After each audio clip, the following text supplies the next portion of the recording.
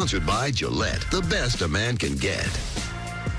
Good morning, everyone, and welcome to First Things First. I'm Jenna Wolf. That's the Hall of Famer Chris Carter. This right here is Nick Wright. We are midway through the week. We got a lot of storylines around in the NFL. Jerry Jones is not taking the Saints lightly, even without Drew Brees under center. Carson Wentz isn't giving up on the Eagles season, even after starting 1-2. And Aaron Rodgers is well aware that his offense needs to step it up. And soon, and by soon, I mean, I don't know, tomorrow night, Thursday Night Football on Fox.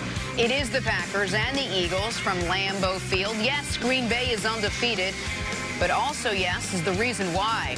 It's not number 12, it's that stout defense, something we haven't said in recent years, but Rodgers, who couldn't heap enough praise on this defense so far this season, would love to start doing the same about that offense. The standards are very high for us. We got to play a lot better on offense. We've played some good defenses, no doubt about it. But the standard and expectations are very high here, and we haven't met them on offense. Thankfully, our defense has not only been opportunistic but stout, holding them to field goals in the red zone, taking the ball away, putting us in good field position. It's time for us to do our part on offense moving forward. We're going to play some, a stretch of really good football teams, and at some point, we can't expect our defense to shut everybody down. They have been, but at some point the offense is going to have to wake up and start making some plays. You guys know this about Aaron Rodgers. He's very calculated about the things he says. He usually has an agenda at those sort of faux press conferences after a game. How can the Packers offense get on track against the Eagles tomorrow night? He well admits that it just hasn't been so far this season. Right. Well, the thing that Aaron in the offense, one of the problems is you don't want to overreact, because the number one stat is, can the quarterback get his team on the winning bus? Can they win games? And they've been able to do it. Now, it's totally different than the style that they're used to, but Aaron Rodgers is going to have to ask himself the question, is it more important for me to win, or is it more important for me to win with style points? Because if you look at Tom Brady and what they do in New England, regardless of what kind of game plan Josh McDaniel and Belichick come up with on a Monday, Brady totally buys into it. And that might mean we're going to run the ball 50 times. We're going to play 2 tight ends, a fullback. We're going to play 4 receivers. Brady is the absolute best at that, because he's absent of ego, realizing that it's so important for him to buy in. Can Aaron continue with this defense? Preston, Zadarius Smith, these guys getting to the quarterback, turning the ball over. Like, they are benefiting from all the money that they've spent in free agency this past offseason and their draft the last couple years. But Aaron's got to ask himself, is this okay? I do believe that the offense will gain some continuity as they go through the season.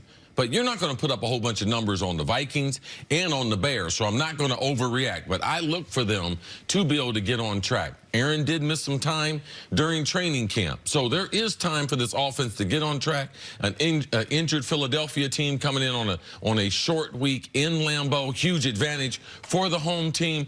I wouldn't be surprised if Thursday night you started to see Aaron start to throw for 275 to 300, and that offense be close to 400 yards. Nick. And I want the audience to know, if they haven't been watching the Packers closely, it's not as if the offense has been going great. It's just been relying on the running game. So the offense scoring a lot of points, converting third downs, yet Rodgers' numbers aren't there. The offense as a whole has been bad. It's been a bottom 5 offense. They're 29th on third down. They're 27th passing the ball. They're 24th running the football. They're 23rd on points scored and 26th in points per drive. So the offense as a whole, by any metric, has been bad. The one stat the offense has been good on, to Chris's point, is the offense is 3-0 because the team is 3-0. The number one thing they can do right now is improve on third downs. Give themselves a better chance to stay on the field. 9 third down conversions on the season on 36 possible attempts. That's going to be bad no matter who your quarterback is, much less your quarterback as talented as Aaron Rodgers. What I think is hurting them, and what won't be fixed this Thursday, even if they win Thursday, and I think they will, is who is their third receiver. We know Devontae Adams is one of the most underrated receivers in the league, and Marquez Valdez-Scantling, the young receiver, has come into his own a bit this year.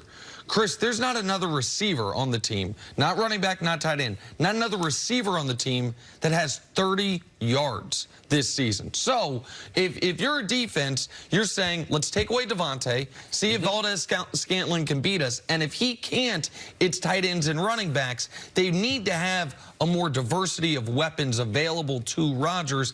I think that will help the third downs. That will help the offense get going. Not to mention right now, Aaron Jones on a per-touch basis, even though we said last year and the year before maybe he should get more touches, he's been less effective despite being more featured the first couple weeks. They went to Williams more last week because of Aaron Jones' ineffectiveness. So the offense as a whole is really stalling, running game, receiving, and quarterback play. It might be too early to ask, but it is still worth the ask. At some point, do you see Aaron Rodgers go off the LaFleur script and say, let me try to maybe juice up our numbers by doing things on my own, the Aaron Rodgers way? Because we spent all offseason talking about him buying into the system that LaFleur was bringing out, whether it was going to work or not. So far, the defense has really helped him do that. When do we see him kind of play his own game? Yeah, it's a legitimate concern. When you have Aaron Rodgers and you talk about some of the things he's been through before and him disagreeing with coaching decisions before, I don't think it's necessarily just disagree, just total disobedient. But what I think is he'll start to hold the ball a little bit longer and start to wait for guys to get open and try to make plays with his legs. If he begins to press, that's what I see him doing. I don't see him trying to go back to their old audible system, trying to do a no-huddle, things like that. But even guys like Aaron Rodgers, if he doesn't have success with this new coach, with the new system that they're running, I wouldn't be surprised to see Aaron Rodgers do what he does. What do? Scramble to the right, ad-lib, direct traffic, make some deep throws down the field. So I will be watching that. But Aaron should be so satisfied at this point in his career, just like John Elway, after having all that success, taking Denver to Super Bowl after Super Bowl, and not been able to get over the hump. They added a running game and defense. That's how John won those last 2 Super Bowls.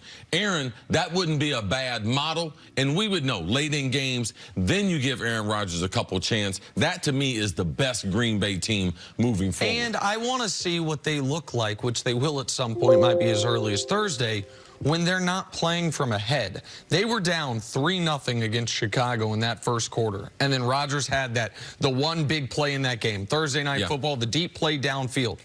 That's the last time they trailed. They have trailed for less than 7 total minutes all season in 180 minutes of football. So I think it's easier to play conservative, stick with the coach's plan when you're always ahead.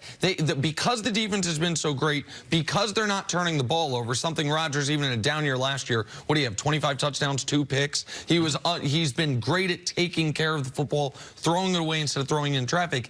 He's not incentivized to take big chances. Right. They're playing with a lead. They're in control. If they do get down 14-3 in one of these games, which of course they will, every team does, how do they respond there? That's something I'm really interested in, but it's one of those good problems because they haven't had that problem yet. Matt LaFleur said when asked about the stalled offense, don't worry, there's more out there. How much of this do you put on him and generating more plays and more options for that offense? Well, I do put a lot on him, especially the third down. I want to see him be a little more creative on third down. Nick talks about a lack of having a third receiver. Jimmy Graham hadn't been healthy, still missing some practice time. So will he be at 100%? But your creativity. We can't blame everything on Tennessee, okay? Because they've been like, oh, I'm going to run the Tennessee offense. Okay, but you have Aaron Rodgers. I am dependent on some creativity, and that should be in the red zone. You should see that from the new young coach. And on third down, you should see some creativity. And that's his responsibility to Aaron Rodgers and that football team to boost up that third down percentage so they can keep those drives going. Because the longer Aaron stays on the field, the more reps he gets in this offense, the more fear he's going to put in NFL defense. But the reason why Aaron Rodgers, while calculated with his remarks, is clearly not panicking and seems to be in a good overall mental state is when you saw they had Chicago and Minnesota in the first 2 games of the year, and if we'd have told you 3 weeks in, only the Titans, Bears, Dolphins, Vikings, and Jets would have fewer yards passing. You have that schedule, you've been that ineffective passing the ball, and you're 3-0 with an opportunity He'll to go take it. 4-0 with a home game against a injured Philly team, he'd be flying.